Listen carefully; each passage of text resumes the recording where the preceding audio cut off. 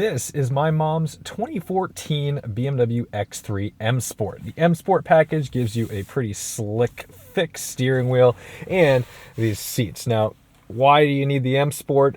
Well, my mom drives a competition package E90 M3, and she did not want to do without sporty seats and the wheel. So let's take it for a ride and see what it does.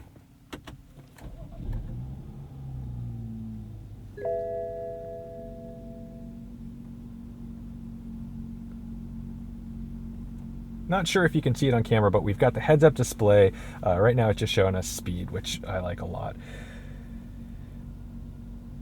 It's got an N55, so it's a single twin scroll turbo, and that means it's very tunable. It's no surprise that we're here at Bren Tuning in Upton, Massachusetts. I think this still has CPO warranty left, but I'm pretty sure we can convince Mama Bear to add some power. I keep doing this. I always forget. I've got to hit this side button to get it in drive. Pop it out of park. Headlights.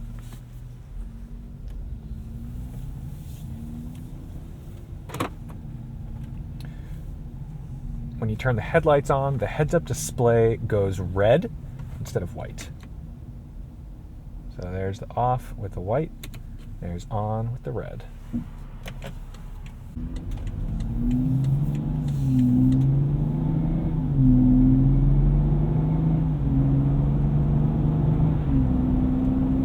One of the best features of this X3 is the fact that it's behaving as a rear-wheel drive car. It can send 100% of the power and torque to the rear wheels, but it can send up to 40% to the front.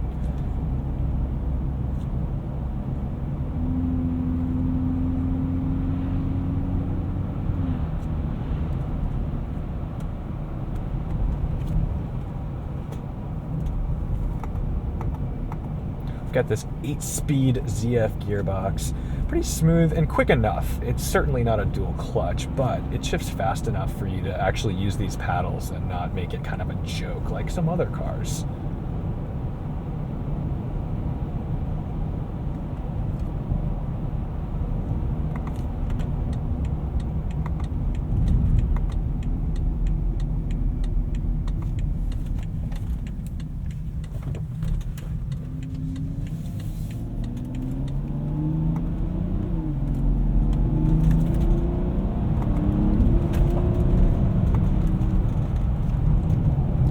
We're not currently on the OEM wheels that would have come with the M Sport package. We've got an it's not aftermarket, but another BMW wheel that my parents threw the Blizz X on, right? I think they're Blizz X. We'll take a look at that in a minute.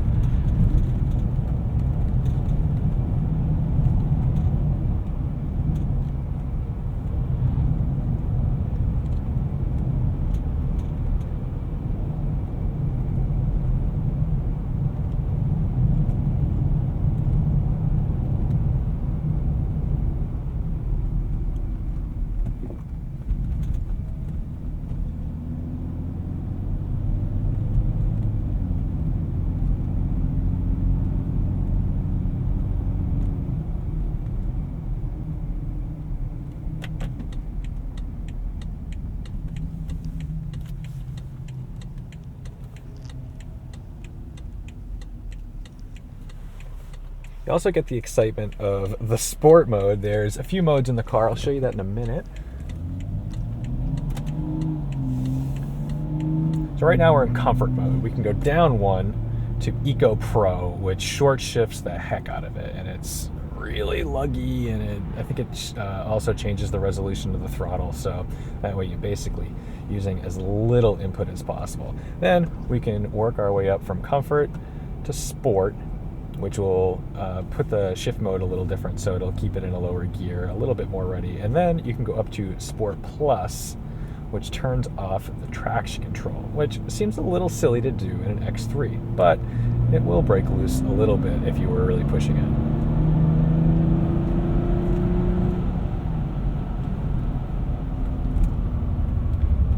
Hear a little bit of noise from the brakes. That's probably because my mom just drives this to the grocery store, so they probably need to be rebedded, which maybe we can do for her.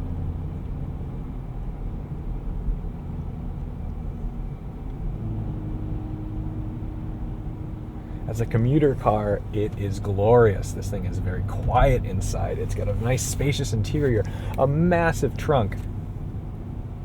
And I've hit the camera, my apologies. And it's got a panoramic sunroof, which is pretty impressive actually.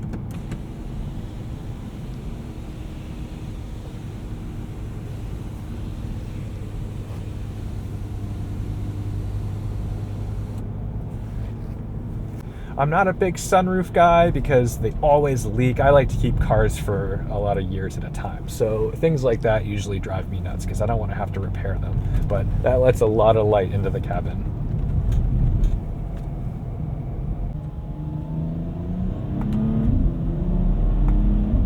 Not quite up to temp yet, so we're not going to bring it to red line, but we'll put a little bit of load on it. Goes back into drive if you're not playing with those paddles right away.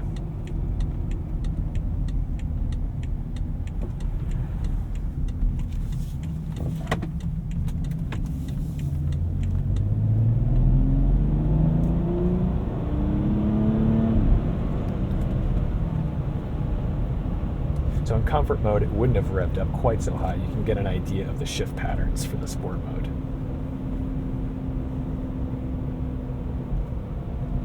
But what I'm most interested in is, can this car take a corner?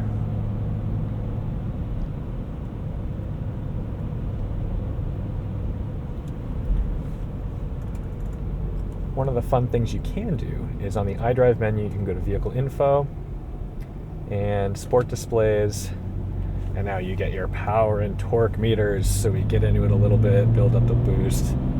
Silly, but fun. I can see how that makes selling these cars a lot easier for the BMW salesman.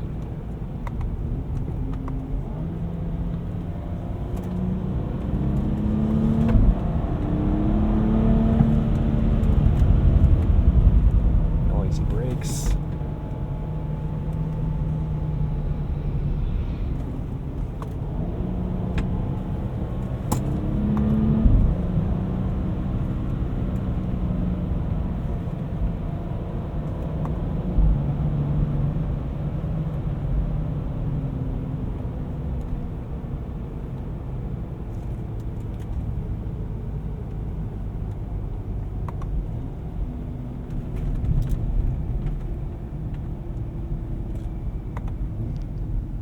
Let's get an idea for this turning radius.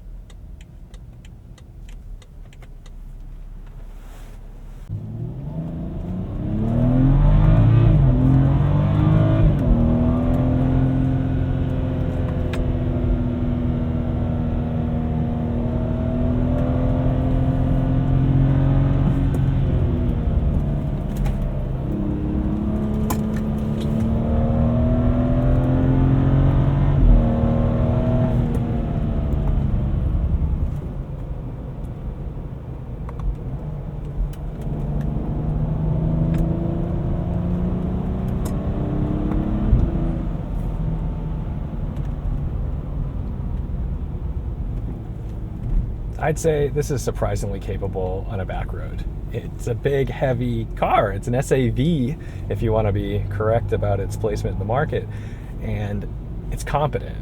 I can feel the nose push a little bit. It gives me that information through the steering wheel, and I can even feel the tail.